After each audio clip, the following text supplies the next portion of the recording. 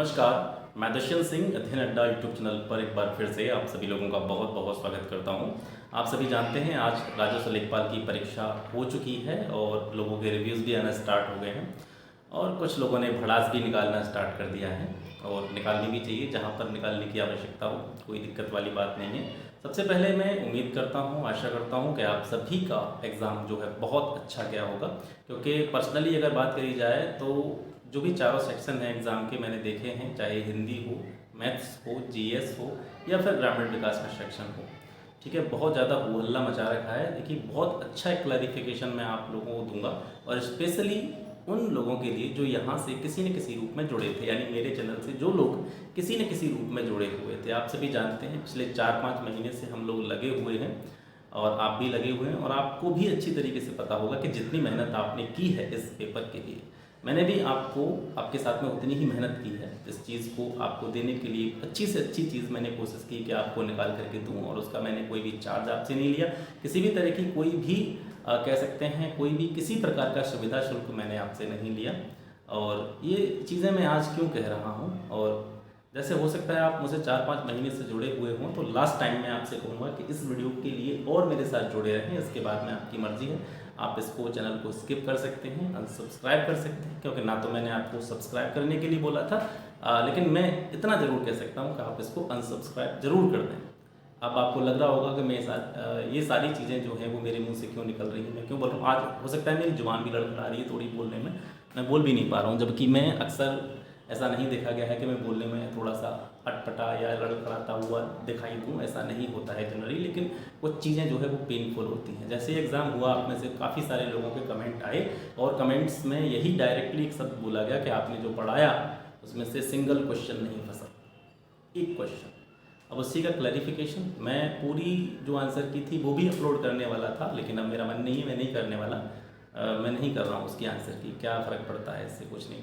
क्योंकि कभी कभी ऐसा होता है, हर आदमी अपना बेस्ट देने की कोशिश करता है, हर आदमी अपने स्तर से मेहनत करने की कोशिश करता है। आप में से भी बहुत सारे लोगों ने मेहनत करी होगी, आप में से भी बहुत सारे लोगों ने अपना पूरा एफर्ट डाला होगा।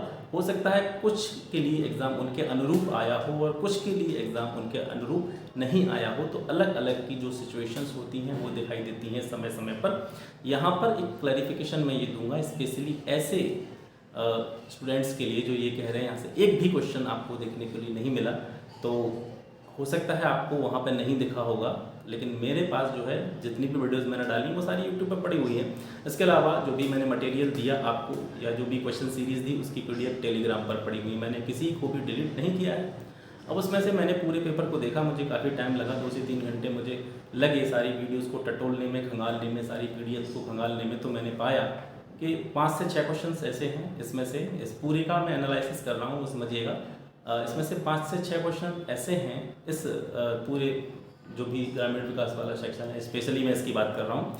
5 से 6 प्रश्न इसमें से ऐसे हैं जो कि डायरेक्टली मुझे लगता है किसी के बेनिफिट से होंगे, बिल्कुल ही, क्योंकि वो हर एग्जाम में होता है। 4 से 5 क्वेश्चन ऐसे आते हैं किसी भी पार्टिकुलर सेक्शन में जो बिल्कुल बाउंसर होते हैं, वो किसी के कंटेंट में से नहीं फंसते। हालांकि वो अलग चीज़ है कि बहुत से लोग ये चिल्ला चिल्ला के कहेंगे कि हमारे 25 में से 25 क्वेश्चन फंसे, but I am quite honestly on this particular topic.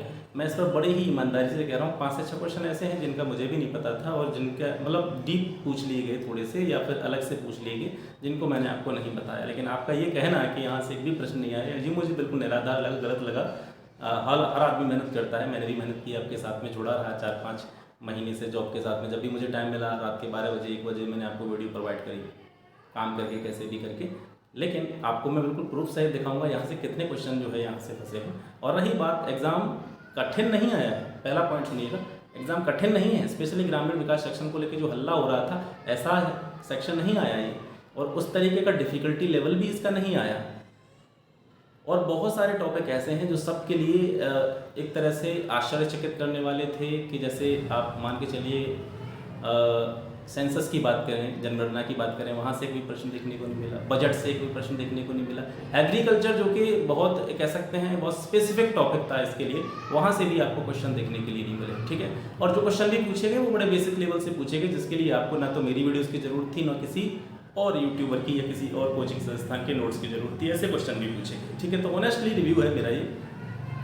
यहाँ से बहुत सारे प्रश्न ऐसे हैं, डायरेक्टली मैं बता रहा हूँ आपको, जिनके लिए आपको किसी भी वीडियो को देखने की ज़रूरत नहीं थी। और आपका ये कहना कि यहाँ से कोई प्रश्न नहीं फंसा, उसको मैं बताता हूँ। जैसे पहला ही प्रश्न यहाँ से लीजिए, कौन सी योजना भारत में ग्रामीण सड़क संपर्क विकास के लिए जिम्मेदार है? तो यहाँ से आप आसानी से देख पा रहे होंगे कि प्रधानमंत्री ग्राम सड़क योजना। हाँ, एक थोड़ा सा फैक्टर इसमें ये रहा है कि जो योजनाएं हैं उनको शॉर्ट फॉर्म में पूछा गया है, तो यहाँ से हो सकता है बहुत सारे बच्चों को ये कन्फ्यूज़न पैदा हो गई हो। प्रधानमंत्री ग्राम सड़क योजना, ये ग्राम सड़क योजना, सीधी सी बात है, ग्राम सड़क योजना ही तो ग्रामीण सड़क संपर्क विकास के लिए जिम्मेदार होगी। मनरेगा तो होगा नहीं, मनरेगा भी आपने पढ़ा है, ठीक है। तो इसका आंसर पहला है। और आपको ये भी पता होगा मैंने ग्रामीण विकास जो प्रधानमंत्री ग्राम सड़क योजना थी वो पढ़ाई थी कि नहीं पढ़ाई थी, उसका स्क्रीनशॉट मैंने लेकर रखा है। मैं देखिए स्पष्टीकरण मेरा मन नहीं था देने का, मैं थोड़ा सा कह सकता हूँ मुझे पेन हुआ, थोड़ा सा पेनफुल रहा मेरे लिए आपके द्वारा जो कमेंट किए गए। हालांकि रिव्यू ज़रूरी होता है, आपने रिव्यू दिया, आपको जैसा लगा वैसे रिव्यू दिया, और मुझे आना पड़ा इसी वजह से। मैं चलो थोड़ा सा लास्ट, आप उसको लास्ट वीडियो समझ सकते हैं कि इसके लिए मैं आपको क्लैरिफिकेशन दे रहा हूँ। बाकी आपकी मर्ज़ी है, आपको ऐसा लगा हो कि आपने इस चैनल को सब्सक्राइब करने के बाद में बहुत बड़ी गलती कर दी हो या आपका बहुत बड़ा नुकसान हो गया हो, तो आप ऑनेस्टली मैं कहूँगा कि आप चैनल को अनसब्सक्राइब कर सकते हैं। क्योंकि मैं न तो मुझे कल इस चीज़ से कोई फ़र्क था, ना आज इस चीज़ से फ़र्क है। आज मेरा चैनल छोटा सा ही आप लोगों के सहयोग की वजह से, आप लोगों के विश्वास और कह सकते हैं एक अट्रैक्शन, अफेक्शन, इसकी वजह से इसमें बहुत कह सकते हैं एक छोटे से लेवल से जो कि 800-900 लोगों का फैमिली था, वो लेकर के 5 से 5,500 लोगों की फैमिली हुई। अब में से बहुत सारे लोगों ने अनसब्सक्राइब भी करना स्टार्ट कर दिया। कोई दिक्कत नहीं, कर सकते हैं। इससे मुझे ना तो कल फ़र्क पड़ता था, ना आज फ़र्क पड़ता है। मैं एक ही चीज़ पर बिलीव करता हूँ, मेहनत करने पर आज थोड़ा सा हो सकता है मुझे भी थोड़ा सा आश्चर्य हुआ इस चीज़ को देख कर के, बहुत सारे टॉपिक्स से क्वेश्चन नहीं आए, और मेरे नहीं, किसी के नहीं आए। वो टॉपिक्स बहुत सारे लोगों ने पढ़ाए थे, किसी के भी नहीं आए। बहुत से लोगों ने चकबंदी पढ़ा के पटक दिया था, पूरा चकबंदी विभाग पढ़ा के पटक दिया था, लेकिन मैंने आपको नहीं पढ़ाया था। मुझे पता था ये राजस्व लेखपाल की परीक्षा है, तो चकबंदी से क्वेश्चन आना बिल्कुल ही कह सकते हैं हो ही नहीं सकता कि चकबंदी से प्रश्न आ जाए। तो बहुत से लोगों ने पढ़ाया था, कोई दिक्कत नहीं है। बहुत से ऐसे टॉपिक हैं बहुत सारे लोगों ने पढ़ाए जो मैंने नहीं पढ़ाया, और वहाँ से प्रश्न भी नहीं आया, ठीक है। और बहुत सारे टॉपिक ऐसे हैं जो सबने पढ़ाए, लेकिन उन टॉपिक से, उन पार्टिकुलर टॉपिक से एक भी प्रश्न नहीं पूछा गया। तो ये ओवरऑल रिव्यू है मेरे द्वारा इसका, ठीक है। जैसा कि मैंने बताया था 5 से 6 क्वेश्चन ऐसे हैं जो किसी के नहीं फंसे हैं इसमें से। बेशक कोई चिल्ला के कितना भी दम तोड़ दे यूट्यूब पर चिल्ला के कि हमारे से फंसे हैं, हमारे से फंसे हैं, 4 से 5 क्वेश्चन ऐसे जो किसी के नहीं फंसे हैं। और बाकी का ओवरऑल मैं कहूँगा कि पेपर ठीक ठाक आया है, और इसमें किसी बहुत स्पेसिफिक चीज़ की ज़रूरत नहीं है। जैसे 77 क्वेश्चन देखिए, किस योजना का उद्देश्य पूरे में महिला स्व सहायता मॉडल को सशक्त बनाना था, तो इसके लिए जो है राष्ट्रीय ग्रामीण आजीविका मिशन, ठीक है, ये इसका जो है आंसर है सी, ठीक है। अब इसके बाद में आप जैसे ही 78 क्वेश्चंस पर आते हैं, तो यहाँ पे देखते हैं कि निम्नलिखित में से कौन सी योजना के तहत किसी भी ग्रामीण परिवार के वयस्क को एक वित्तीय वर्ष में 100 दिनों के रोजगार की गारंटी दी जाती है जो कि अकुशल शारीरिक कार्य करने के इच्छुक हैं। अब आपने मनरेगा नहीं पढ़ा होगा, मुझे लग रहा है कि ना मैंने मनरेगा पढ़ा होगा, जबकि पहला वीडियो में पहला जो टॉपिक था वो मनरेगा ही था, मनरेगा ही हमने सबसे पहले पढ़ा था। पर आप अब इतने बुद्धिजीवी हो गए कि आपको ये नहीं पता कि मनरेगा को पहले किस नाम से जाना जाता, जबकि मैंने बताया था आपको मनरेगा को पहले नरेगा कहते थे, और नरेगा से भी पहले उसको क्या कहते थे, ग्रामीण रोजगार गारंटी योजना, और इससे भी पहले उसको क्या कहते थे, जवाहर रोजगार योजना, ठीक है। तो इसी के ये परिवर्तित रूप हैं। तो मनरेगा से ये पहले नरेगा था, नरेगा से पहले क्या था, ग्रामीण रोजगार गारंटी योजना, ठीक है। तो इसमें से आपको पता होगा कि 100 दिनों का जो रोजगार गारंटी दी जाती है वो किस में दी जाती है, ग्रामीण रोजगार गारंटी योजना में तो दी जाती है। यहीं से देख लीजिए, क्वेश्चन में ही आंसर है, 100 दिनों की रोजगार की गारंटी, तो गारंटी योजना, रोजगार गारंटी योजना इसी में तो दी जाएगी। लेकिन फिर भी आप कह रहे हैं क्वेश्चन नहीं आया, तो हो सकता है आपकी ही, मुझे लगता है कि आप ढंग से पढ़े नहीं हैं, फिर इस चीज़ का मतलब है, फिर आपका पढ़ने से कोई यहाँ पर मैं कहूँगा कनेक्शन नहीं है। किस योजना का, ये तो हो गया, ये तो मैंने भी बताया था आपको। आज मैं थोड़ा डिस्टर्ब हो रहा हूँ, इस वजह से आपको लग रहा होगा जबान भी थोड़ी लड़खड़ा रही है, बोलने में थोड़ा सा पेनफुल चीज़ें होती हैं तो थोड़ा डिस्टर्ब कर देती हैं दिमाग को, लेकिन हम बाउंस बैक करने में बिलीव करते हैं। सर हमेशा से मेहनत की, आगे भी मेहनत करेंगे, और एक बार फिर से नए रूप में आपको दिखाई देंगे, अभी थोड़ा सा समय लगेगा। भारत सरकार की निम्नलिखित योजनाओं में से कौन सी योजना विधवाओं, बुजुर्गों, विकलांग लोगों या पेंशन के रूप में वित्तीय सहायता प्रदान करती है, NSAP, ठीक है। ये बी इसका जो है आंसर सही है। इसके बाद में ये देखिए आप, किस योजना का उद्देश्य भारत में ग्रामीण गरीब लोगों को आवास प्रदान करना था। अब ये जो योजना है प्रधानमंत्री आवास योजना, ग्रामीण हो या शहरी हो, दोनों योजना मैंने आपको कराई थी, और ये स्पेशली उन लोगों के लिए कह रहा हूँ, बार बार मैं इस बात को रिपीट कर रहा हूँ कि आप लोगों ने कैसे कैसे दिया कि यहाँ से एक भी प्रश्न नहीं आया था। तो देखिए प्रधानमंत्री आवास योजना, और कहीं से भी आपने नहीं पढ़ा होगा तो आप देखिए मैंने आपको एग्ज़ाम से एक दिन पहले एक वीडियो बना के दिया था। मैंने उसमें आपको कहा था कि आपको अगर क्वेश्चन नहीं आता है तो आप रिवर्स जो कह सकते हैं रिवर्स थ्योरी है उस पर काम कीजिए। आप ये देखिए इसका आंसर कौन सा नहीं हो सकता है। तो जब आवास की बात हो रही है तो सर्व शिक्षा अभियान या समग्र शिक्षा अभियान का इससे क्या लेना देना है। शिक्षा अभियान आपको शिक्षा देगा, घर नहीं देगा, आवास नहीं देगा। दीनदयाल उपाध्याय ग्रामीण कौशल योजना ये भी जो है आपको आवास प्रदान नहीं करेगी। आजीविका मिशन है ये भी आपको घर नहीं देगा, ये रोजगार से संबंधित है। तो घर आपको कौन देगा? प्रधानमंत्री आवास योजना ग्रामीण। तो इसमें बताइए कौन सी स्पेशलाइजेशन की जरूरत थी इस क्वेश्चन का आंसर देने में, कौन सी विशेष पढ़ाई की आवश्यकता थी इसमें। ठीक है, आपने ये नॉर्मल मैंने आपको बताया है, आपको पता है आवास योजना किससे रिलेटेड है। ये आवास योजना आवास प्रदान करने से ही जुड़ी हुई होगी, उसी से संबंधित होगी। लेकिन आप लोगों ने आज जो है मैं कह सकता हूँ कि आज चोट कर दी, दिल दुखा दिया। चलिए कोई दिक्कत नहीं है, चलता रहता है। भारत सरकार की इन में से कौन सी योजना ग्रामीण क्षेत्रों में शहरी क्षेत्रों के युवाओं को प्रवास करने से रोकती है? अगर आपको नहीं याद होगा तो आप पीडीएफ देखना जो मैंने बताई है, पीडीएफ जो मैंने दी है जिसमें मैंने क्वेश्चन सीरीज दी थी, उसमें मैंने पूरा योजना के बारे में बताया था और क्वेश्चन वो किस तरीके से बताया था ये भी आपको बता दूं। पूरा 2.0 ठीक है, पूरा का दूसरा चरण वो है कब स्टार्ट करा गया था। पूरा योजना जो है ये किससे रिलेटेड थी? ये एक तरह से उपज थी हमारे जो फॉरवर्ड प्रेसिडेंट थे डॉक्टर APJ अब्दुल कलाम, उनकी सोच थी ये कि अगर हम ग्रामीण क्षेत्रों में ही शहरों जैसी सुविधाएं अगर लोगों को मुहैया कराएंगे, उपलब्ध कराएंगे तो कहीं ना कहीं ग्रामीण क्षेत्रों से शहरी क्षेत्रों की तरफ जाने से लोगों का पलायन जो है वो नहीं होगा। तो ये पूरा योजना थी, इसका एक ऑप्शन सही है। ठीक है, ये भी मैंने आपको कराया था।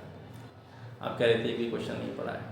इसकी मैं कहूँगा ऑनेस्टली कि ये क्वेश्चन मैंने आपको नहीं कराया। पंचायती राज प्रशिक्षण संस्थान उत्तर प्रदेश में किस स्थान पर है? लखनऊ में है, सी इसका आंसर है। लेकिन ये मैं ऑनेस्टली कहूँगा, बेशक कोई कहता रहे कि हमने कराए थे, लेकिन मैंने नहीं कराया। अब इसके बाद में देखिए कौन सी उत्तर प्रदेश द्वारा की ई स्वास्थ्य पहल है।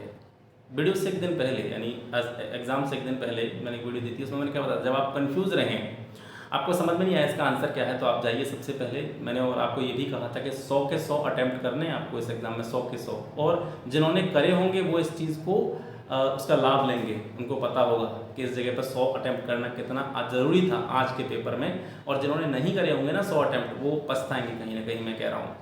तो मैंने ये बताया था कि जब आप क्वेश्चंस में कंफ्यूजन हो रहे हैं तो आप जाइए लॉन्गेस्ट ऑप्शन पर। सबसे लंबा ऑप्शन कौन सा है? पहला। तो ये सही भी है, उत्तर प्रदेश HMIS स्वास्थ्य प्रबंधन सूचना तंत्र इसका राइट आंसर है। इसके बाद में एक देखिए बड़ा सिंपल सा प्रश्न था कि भारत सरकार की किस योजना का मुख्य उद्देश्य बालिकाओं की उत्तरजीविता को सुनिश्चित करना था। जब मैंने आपको ये कराया था ना, तो जो योजना जब मैं करा रहा था तो ये जो लाइन लिखी हुई है देखिए, मुख्य उद्देश्य बालिकाओं की उत्तरजीविता को सुनिश्चित करना। जब मैंने बेटी बचाओ बेटी पढ़ाओ योजना आपको कराई थी योजनाओं वाली वीडियो में, तो उसमें उसके नीचे मैंने सिर्फ यही लाइन लिखी थी, केवल उद्देश्य में बालिकाओं की उत्तरजीविता को सुनिश्चित करना। वीडियो यूट्यूब पर पड़ी हुई देख लीजिएगा, उस पर जाके सिर्फ एक ही लाइन थी, बालिकाओं की उत्तरजीविता को सुनिश्चित करना। तो ये बेटी बचाओ बेटी पढ़ाओ से रिलेटेड है। आप कह रहे हैं कि प्रश्न ही नहीं आए।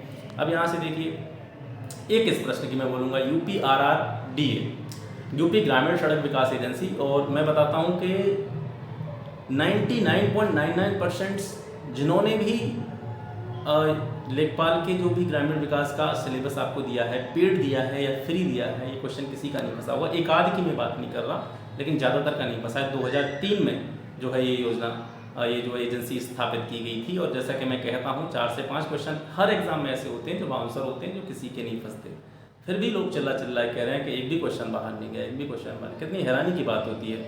ठीक है, और मैं अपने काम के प्रति ईमानदार हूँ, मुझे मतलब फ्री की वाहवाही लूटने में कोई भी दिलचस्पी नहीं है। स्वच्छ भारत मिशन ग्रामीण चरण 2.0 किस वर्ष शुरू किया गया? यानी स्वच्छ भारत मिशन ग्रामीण जो था उसका दूसरा चरण कब स्टार्ट किया गया? क्वेश्चन सीरीज में एज इट इज क्वेश्चन है, जैसे यहाँ पे लिख रहा है as it is question series में लिखा हुआ है, देख लीजिएगा वहाँ पे। स्वच्छ भारत मिशन ग्रामीण का चरण सेकंड कब स्टार्ट किया गया था? तो उसमें एक्सप्लेनेशन में मैंने एक लाइन लिखी थी नीचे कि ये जो दूसरा चरण है इसका 2020-21 से स्टार्ट होगा, 2024-25 तक जाएगा। ये मैंने उसमें लिखा है लाइन में, आपके पास PDF अवेलेबल हैं, देखिए उसमें जाके। तो इसका आंसर बहुत से लोग 2022 बता रहे हैं, जो कि मेरे हिसाब से गलत है। 2020 इसका आंसर होना चाहिए। इसकी स्टार्टिंग 2020-21 से हुई थी। ठीक है, आप कह रहे हैं कि एक भी क्वेश्चन नहीं फंसा।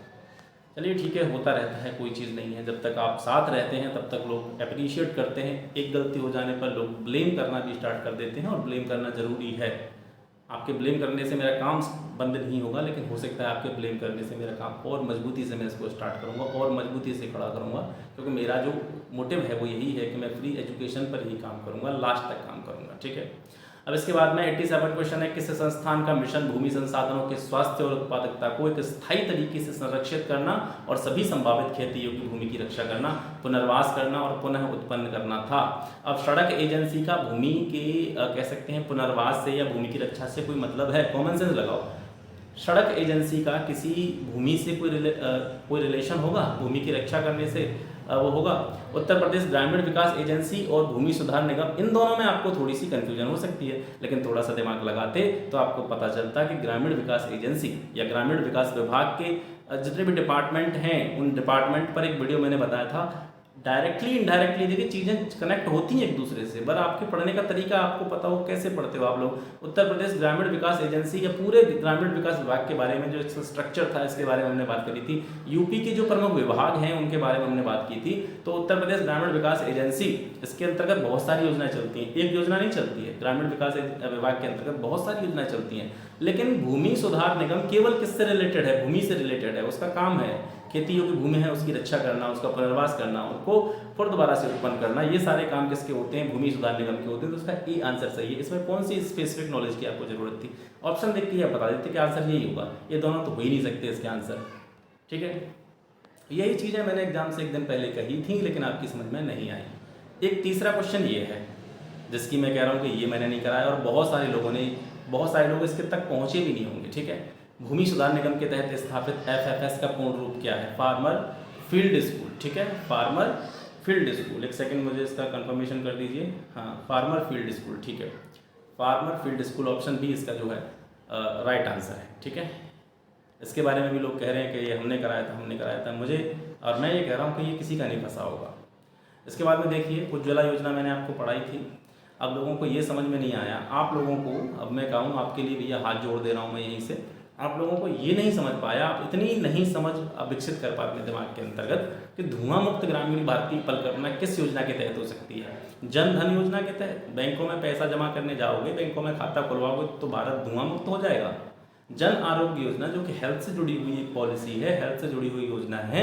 अब आप हॉस्पिटल्स में जो है सुविधाएं अगर बढ़ा दी जाएँ, हॉस्पिटल्स में दवाइयों का अच्छा काम कर दिया जाए, डॉक्टर टाइम से आने लगे तो भारत धुआं मुक्त हो जाएगा। इतना कॉमन सेंस नहीं है। उज्ज्वला योजना किससे रिलेटेड थी? एलपीजी कनेक्शन इसमें दिए गए थे महिलाओं को फ्री में। अब जो एलपीजी कनेक्शन दिए गए थे वो क्यों दिए गए थे इसके बारे में मैंने आपको बताया था ना। क्या बताया था मैंने? क्योंकि ग्रामीण भारत में जो भोजन बनता है वो चूल्हे पर कंडे उपले या जो भी ईंधन होता है लकड़ी वगैरह, इससे खाना बनाया जाता है, जिससे पॉल्यूशन होता है, वातावरण दूषित होता है, धुआं उत्पन्न होता है। तो उसी धुएं को बंद करने के लिए, धुआं मुक्त करने के लिए ग्रामीण क्षेत्रों को ये जो योजना थी उज्ज्वला योजना चलाई गई थी। आप कह रहे हैं क्वेश्चन नहीं आया सर, बड़ा तकलीफ होती है आप जब इस तरह की बात करते हैं। ठीक है, पर कोई बात नहीं, मैं बार बार कह रहा हूँ, मैं थोड़ा सा आज डिस्टर्ब हूँ सही बताऊँ तो। अब इसके बाद में ग्रामीण क्षेत्रों की अर्थव्यवस्था और बुनियादी ढांचे को मजबूत करने के लिए 2021 में इनमें से कौन सी योजना स्टार्ट करी गई? तो यूपी सहभागिता योजना या मातृभूमि योजना, दोनों में कन्फ्यूजन है, आप देख लीजिएगा। वैसे जहाँ तक इन दोनों में से ही होगा, तीसरा तो इसका आंसर हो ही नहीं सकता। इसके बाद में कौन सी योजना दुर्व्यापार, व्यावसायिक यौन शोषण के पीड़ितों के दुर्व्यापार की रोकथाम और बचाव, पुनर्वास और एकीकरण के लिए है? मैं गारंटी से कह सकता हूँ यूट्यूब पर किसी ने भी ये योजना नहीं कराई होगी। इसका आंसर ए है, उज्ज्वला योजना। उज्ज्वला योजना, इसको आप एलपीजी वाली योजना मत समझिएगा। ये उज्ज्वला योजना ये काफ़ी पुरानी योजना है और ये इस तक कोई नहीं पहुँचा होगा। अब एग्जामिनर ने क्या किया? कंफ्यूज कर दिया आपको उज्ज्वला, क्योंकि उज्ज्वला एलपीजी वाली है, वो ज़्यादा प्रचलित रही है, वो ज़्यादा चर्चा में रही है, तो उसी से जुड़ी हुई योजना उसने खोज के क्वेश्चन डाल दिया कि लोग कंफ्यूज हो जाएं। ठीक है, इसमें से बहुत सारे लोगों ने डी ऑप्शन लगाया होगा, इनमें से कोई नहीं, क्योंकि उस्ताद योजना सबको पता है, आजीविका योजना सबको पता है, उज्ज्वला योजना भी सबको पता है, तो उज्ज्वला योजना तो लगाएंगे नहीं क्योंकि उज्ज्वला योजना सबको पता है, एलपीजी वाली योजना है। तो ये बाउंसर क्वेश्चन है। ठीक है, ये मेरा नहीं है, ये स्पेशली मेरे लिए नहीं है, सबके लिए, आपके लिए नहीं है, सबके लिए है। ठीक है, तो इसमें बहुत सारे लोगों ने गलत किया होगा, तो उज्ज्वला योजना है इसका राइट आंसर, आप मिला लीजिएगा। इसके बाद में 92, कौन सी योजना हमारे देश की पारंपरिक कलाओं शिल्पों के संरक्षण, अल्पसंख्यक समुदाय के पारंपरिक कारीगर की बात हो रही है, शिल्पकारों की बात हो रही है, पारंपरिक कलाओं की बात हो रही है, ये योजना भी मैंने आपको कराई थी, उस्ताद योजना। इसका सी ऑप्शन राइट आंसर है और आप कह रहे हैं क्वेश्चन नहीं फंसा। इसके बाद में है कौन सी योजना गैर कृषि गतिविधियों में महिलाओं की उद्यमशीलता कौशल के विकास के माध्यम से महिलाओं के आर्थिक सशक्तिकरण का प्रावधान करती है? इस योजनाओं की मैं कह रहा हूँ, ये बहुत सारे लोगों ने करा दी होगी, या ज़्यादातर फिर भी नहीं कह रहा हूँ मैं, 2-1% लोगों ने ये कराई होगी। ये चौथा क्वेश्चन है जिसको मैंने नहीं कराया आपको, ये चौथा है, और मैं ऑनेस्टली कह रहा हूँ ये चीज़ मैंने आपको नहीं पढ़ाई। ये चौथा प्रश्न है वो वाला जो मैंने आपको नहीं कराया, ट्रीड योजना, ठीक है, इसका पहला आंसर है, ये राइट आंसर आपको मिला लीजिएगा, और ऑनेस्टली कह रहा हूँ ये मैंने नहीं कराया। तो ये चौथा क्वेश्चन है जो मैंने नहीं कराया, बाकी सारी चीज़ें आपको समझाता ही चल रहा हूँ। इसके बाद में आता है आपका राष्ट्रीय आजीविका मिशन को कौन सा विभाग संभालता है? राष्ट्रीय आजीविका मिशन तो आपको पढ़ा ही होगा, और मैंने भी बताया आपको राष्ट्रीय आजीविका मिशन, इसका डिपार्टमेंट कौन सा है, ठीक है, तो डिपार्टमेंट है इसका ग्रामीण विकास मंत्रालय, ठीक है, ग्राम विकास विभाग की योजना है ये।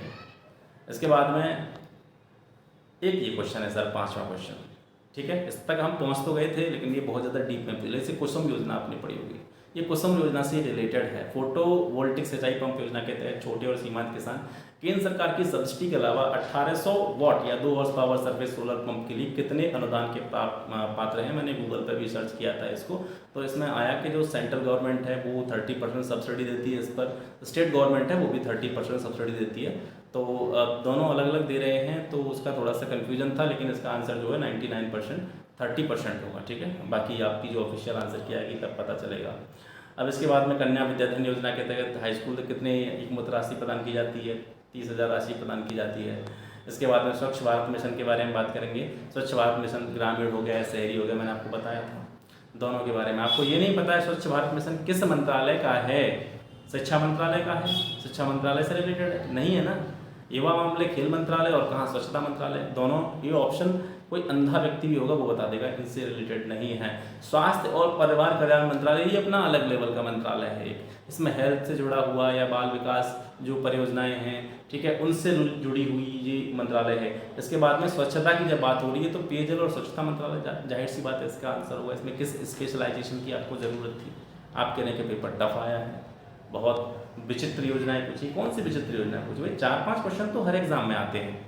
अब ये है गर्भवती महिलाओं को मुफ्त में आने जाने के लिए परिवहन, मुफ्त दवाएं, मुफ्त निदान, मुफ्त रक्त, मुफ्त आहार, ये सारी चीज़ें किस में होती हैं? आपने देखा होगा जब प्रसव से जुड़ी हुई कोई चीज़ें होती हैं, गर्भवती महिलाएं होती हैं, उनका प्रसव ज़्यादा से ज़्यादा कहाँ हो? सरकारी अस्पतालों में हो, जिससे जो मातृ मृत्यु दर है या शिशु मृत्यु दर है उसको कम किया जा सके। इससे रिलेटेड ये जो क्वेश्चन था, मैंने कई बार चीज़ें आपको समझाई हैं इससे, तो ये जननी शिशु सुरक्षा कार्यक्रम के अंतर्गत है, ठीक है।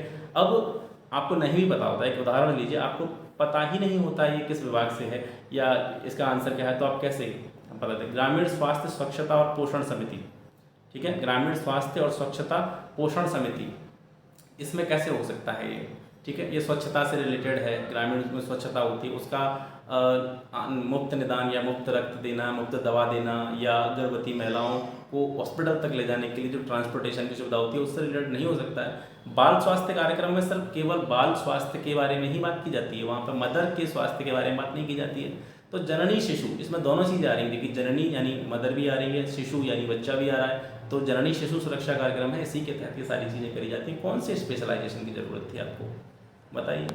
अब पता नहीं कैसे पढ़ते हैं। अब इसके बाद में ये देखिए ICDS मैंने आपको, आप लोगों के लास्ट तक कमेंट आते रहे सर ICDS पढ़ा दीजिए, ICDS पढ़ा दीजिए, और मैंने हर बार कमेंट का जवाब यही दिया कि ICDS जो परियोजना है, मैंने जो क्वेश्चन सीरीज़ कराई है, क्वेश्चन सीरीज़ मैंने कराई है, उसमें ICDS का 2 बार जिक्र किया मैंने। एक बार ICDS से जुड़ा हुआ नॉर्मल क्वेश्चन था, और एक बार मैंने पूरी ICDS जो परियोजना थी, PDF आपके पास है देख लीजिएगा, ICDS जो पूरी परियोजना थी इसका मैंने पूरा एक्सप्लेनेशन दिया था, लगभग 1 पेज का, ठीक है, ICDS परियोजना का। उसमें मैंने आपको ये बताया था ये किस मंत्रालय की योजना है या किस मंत्रालय से जुड़ा हुआ है, तो ये आपका महिला और बाल विकास मंत्रालय से जुड़ा हुआ है ICDS, ठीक है, डी, इसका डी ऑप्शन राइट आंसर। आप कह रहे हैं क्वेश्चन नहीं पसंद, आज मैं परेशान हो गया। और रही ये लास्ट वाली, देखिए कौन सी योजना पंचायती राज मंत्रालय द्वारा गांव की आबादी के सर्वेक्षण और ग्राम क्षेत्रों में उन्नत प्रौद्योगिकी के साथ मानचित्रण के लिए है? तो इसकी स्वामित्व योजना की बात करते हैं। तो स्वामित्व योजना देखिए केंद्र सरकार की योजनाओं की जब मैं वीडियो पढ़ा रहा था आपको, तब मैंने स्वामित्व योजना के बारे में बताया था। दूसरा स्वामित्व योजना आपको क्वेश्चन सीरीज में मिली थी। तीसरा स्वामित्व योजना आपको कहाँ मिली थी, जो मैंने आपको मई जून की जो PDF दी थी उसमें देखिएगा, उसमें लास्ट वाले पेज पर जाके स्वामित्व योजना के बारे में लिखा गया है। आपसे पढ़ा नहीं गया तो इसमें मेरी क्या गलती है? स्वामित्व योजना मैंने वीडियो में भी कराई है, जहाँ पर मैंने योजनाओं के बारे में पढ़ा था वहाँ भी कराई है। करंट वाले सेक्शन में भी आपको स्वामित्व योजना के बारे में बताया गया है, लेकिन फिर भी आपके द्वारा ये कहा गया कि यहाँ से एक भी क्वेश्चन नहीं फंसा है। मैं ये नहीं कह रहा 25 में से 25 मेरे फंसे हैं। बहुत से लोग चिल्ला रहे हैं, दहाड़ रहे हैं यूट्यूब पर कि साहब 25 में से 25 दिए हैं हमने। 25 में से हमारे 26 28 भी हो गए होंगे उनके 25 में से, 3 एक्स्ट्रा भी दे दिए होंगे। लेकिन मैं कह रहा हूँ मेरा 25 में से 25 नहीं है, लेकिन आप में से बहुत क्वेश्चन ऐसे हैं जो डायरेक्टली यहाँ से फंसे हैं, और इसके लिए मैंने आपसे कोई चार्ज नहीं लिया। 4 महीने से आप भी मेहनत कर रहे थे, 4 महीने से मैं भी मेहनत कर रहा था, आपके साथ लगातार लगा हुआ था, एक कनेक्टिविटी हम लोगों के बीच में बनी थी। और ये भी कह रहा हूँ कि आप लोगों ने काफ़ी सपोर्ट किया था उस टाइम पर, आप लोगों के द्वारा काफ़ी जो है अप्रिशिएशन मुझे मिला था, उसका मैं आपको बहुत बहुत आभारी हूँ उस चीज़ का, और मैं बार बार आपको उसका धन्यवाद अदा करता हूँ। लेकिन लास्ट टाइम पर आपने ये जो है बहुत गलत तरीके से कमेंट करे। मैंने काफ़ी कमेंट जो है डिलीट भी कर दिए हैं, और लोगों के द्वारा अनसब्सक्राइब भी किया जा रहा है चैनल को। वो आपकी जो है सोच को दिखाता है, और मुझे इस चीज़ से कोई फ़र्क नहीं पड़ता। मैं कह रहा हूँ कि आपको अगर ऐसा लगता है 4-5 महीने से आप जुड़े रहे थे और मैंने आपका कोई बहुत बड़ा नुकसान कर दिया कि आपने चैनल को सब्सक्राइब किया या नहीं किया, मैंने आपसे कभी नहीं कहा कि ये काम करिए, और आपको ऐसा लगता है कि आपका बहुत बड़ा नुकसान हो गया, तो आप ऑनेस्टली कह रहा हूँ आप स्किप कर सकते हैं यहाँ से, मुझे कोई इससे फ़र्क नहीं पड़ेगा। बाकी ये है कि आगे जितनी भी चीज़ें हैं उनमें और बढ़िया तरीके से और एक नए वे में और एक रणनीतिक तरीके से आगे की चीज़ों के बारे में मैं यहाँ से काम करूँगा। और आपके जो फीडबैक है ना, जिस तरह का फीडबैक आपने दिया है, इस फीडबैक से मैं एक इंस्पिरेशन लूँगा, और इसके बाद में मैं आपको बताता हूँ यहाँ पे, इसके बाद में आप चैनल पर रहें या नहीं रहें, लेकिन जितनी सब्जेक्ट्स हैं ना, जितनी सब्जेक्ट होते हैं जी के जीएस की, उनको मैं इतने बेहतर तरीके से डालने वाला हूँ इस चैनल पर इसके बाद में कि ज़रूरत ही नहीं पड़े। दूसरी चीज़, अब क्या ही कहना कोई दिक्कत नहीं है। बाकी ओवरऑल मैं ये कहूँगा आपके उज्जवल भविष्य के लिए शुभकामनाएं, और आपसे अब ये तो कहूँगा नहीं कि मिलते हैं नेक्स्ट वीडियो में नए टॉपिक के साथ में, वो पुराना डायलॉग हो गया, चला ठीक है। बाकी ये है कि आप में से बहुत सारे लोगों का सिलेक्शन होगा, और ईश्वर करे आपका सिलेक्शन हो, आप एक अच्छे भविष्य का निर्माण करें। और मैं इसके साथ साथ आपको ये एडवाइस भी दूंगा कि लेखपाल पर ही टिके मत रहना आगे तक के लिए। लेखपाल एग्ज़ाम के बाद भी आपको बहुत अच्छी तरीके से पढ़ाई करनी है, और आगे बहुत सारी अच्छी अच्छी चीज़ें उनकी तरफ भी आपको देखना है, और जीवन भर एक ही चीज़ को लेकर के नहीं चलना है कि आज लेखपाल बन गए तो 20 साल तक 30 साल तक आने वाले, जब तक आप रिटायर होंगे यहाँ से, तब तक आप एक ही चीज़ को लेकर के ठप्पा लेकर के जिए कि हमने 20 साल पहले नौकरी ली थी राजस्व लेखपाल की। तो इससे ज़्यादा भी बहुत सारी अच्छी अच्छी चीज़ें हैं, उनकी तरफ मेहनत करिए, एक ही जगह पर टिके मत रहिए लाइफ में, और भी बड़े काम आपको करने हैं। इन्हीं शुभकामनाओं के साथ मैं विदा लेता हूँ आपसे, और ठीक है, स्वस्थ रहें, मस्त रहें।